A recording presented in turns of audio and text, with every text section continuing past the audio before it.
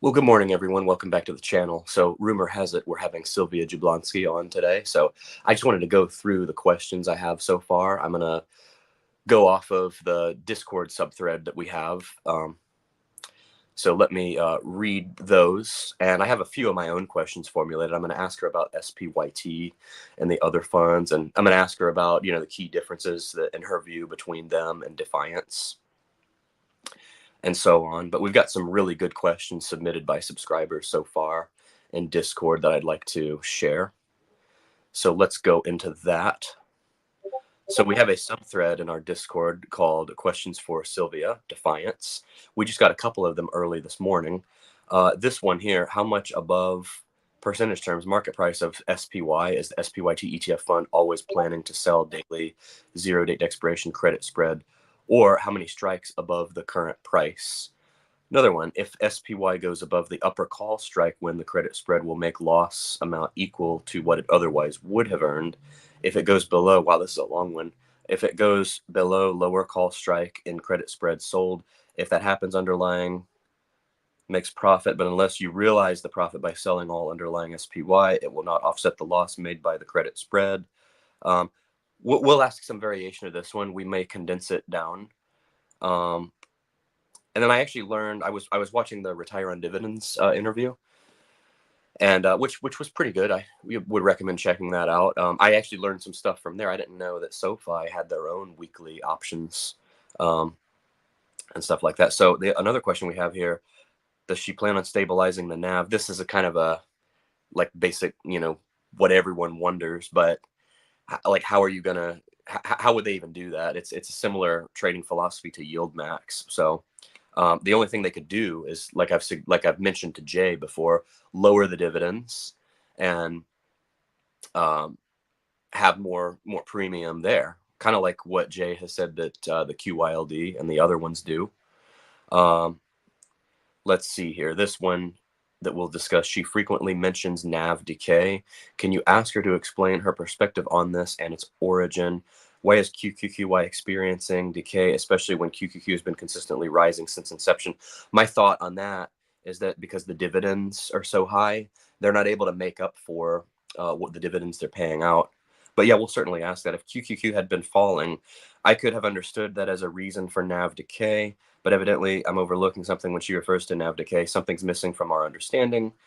And then I heard she was gathering feedback regarding questions about different distribution dates rather than the same for each Defiance ETF in the Retire on Dividends show. Could you kindly suggest to her? I will make sure I kindly do it because I am such a nice guy, believe it or not. I know not everyone agrees, but and speaking of these interviews, so interviews are tough. I know I've gotten some harsh feedback on my interviews with Jay. I've even actually seen the Retire on Dividends interview. He got some tough feedback too. And a lot of people don't understand interviewing, especially if you've done it like for the first time or your first few times, it's tough. So, I mean, I see other channels out there that are other people in Discords. They say, if I interviewed this person, I would ask way better questions. But when you actually get into the arena, it is tougher than you think. So, and if you don't feel that way, then good for you. But in my view, just saying for myself and for everybody that does this, it is tough, certainly. Okay, and then we got a few more. Submit more questions, by the way, because I'm working on finalizing it. We're not quite finalized yet. So if you ask a good one, it's still up in the air. Another person in the comments says, how to stop the erosion of the NAV. Yeah, we've already mentioned that. Let's see here.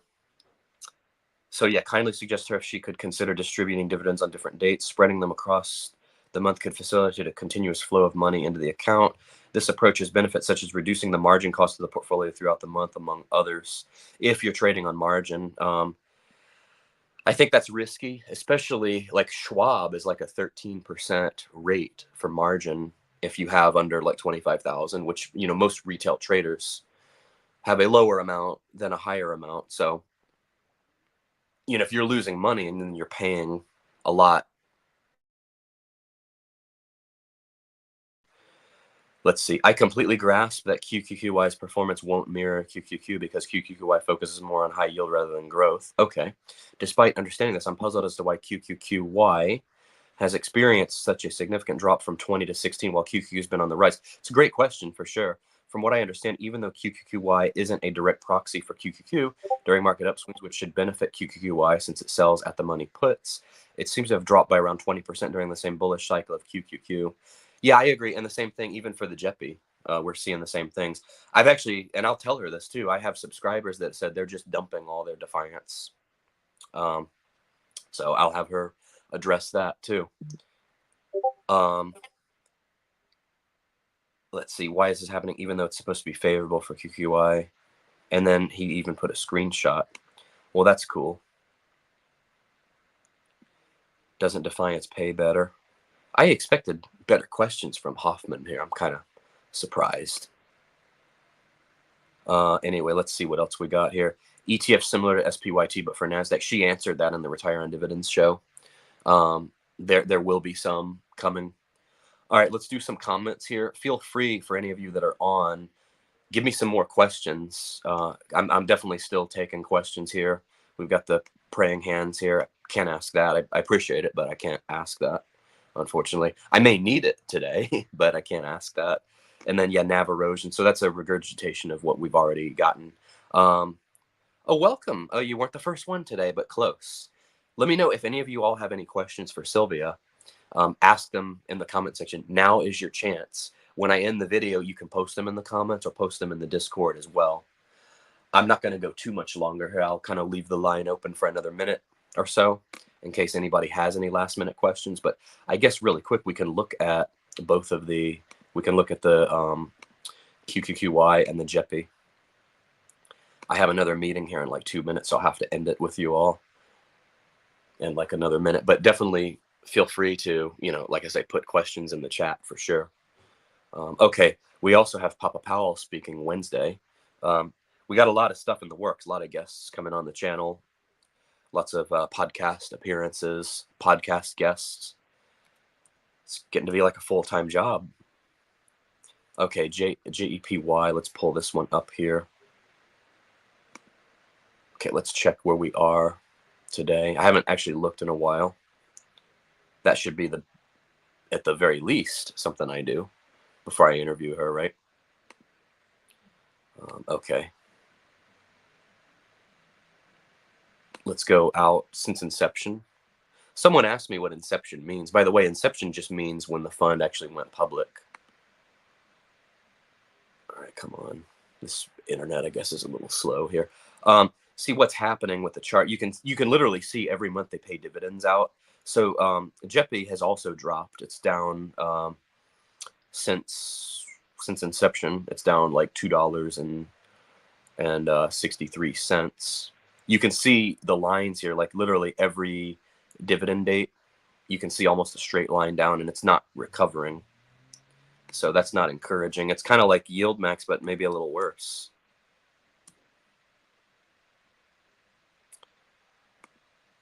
Okay, so like I said, I'll try my best in this interview. I'll try to have the back and forth dialogue. And, you know, I read all the comments. I read all the feedback. So I definitely try to improve each time. As far as QQQY, these are their two most well-known. So far, what I'm seeing, the SPYT, there's a lot of positive feedback on that one. If they could kind of mirror that one with all their others, you know, that would be good too. But yeah, these two so far are just not recovering what they're paying out in dividends. Anyway, check comments here one last time. No comments really coming in here. Let me just quickly review this one, then I got to end it. Okay, so it's literally the same. You can literally see they've paid out like 5 dividends or so. You can see the straight line each month. Like if I printed this chart out and gave it to you and asked you to circle it, you could literally circle every time a dividend is paid, just looking at the almost straight line down. So this started at 2014. This has lost more actually, which is strange because the NASDAQ has been up much more than the S&P 500. So I'm definitely going to spend a lot of the interview talking to her about this because we've lost almost $4 a share on this one, despite the NASDAQ running up so significantly. So anyway, we definitely need to find out about that. And then SPYT is super new. She did say that there will be one for the NASDAQ as well. And I think Retire on Dividends asked about the Dow. I feel like no one really cares about the Dow. I don't even know why we talk about it. It's obviously a much larger index in terms of, the actual value than the others, but really the S&P I would say is the most representative of the market, followed by the NASDAQ, of course, which is a lot more tech heavy. Let's look at this one really quick here. Am I going to start a SPY position? Orion says, I think I will. There's only so much money right now, and I'm trying to do a lot of these cash secured puts and, the wheel strategy and all of that. So there's only so many things I can focus my attention on. Oh, I see. That's why he asked, because the Dow doesn't have the volatility. Yeah, well, that's good then. But I just feel like the Dow, it gets so much coverage in the media. It's about to hit 40,000 probably within the next couple months, but it's certainly not representative of the overall market. Okay, so SPYT is up since inception. It's only like 10 days old. Anyway, all right, you all. I got to end it there. I will see you all during the interview. We are slated for this afternoon at 4, so look forward to seeing you all on there. Like, comment, and subscribe if you haven't already, and join the Discord. And like I said, we'll see you all then. All right, thanks. Take care. Bye.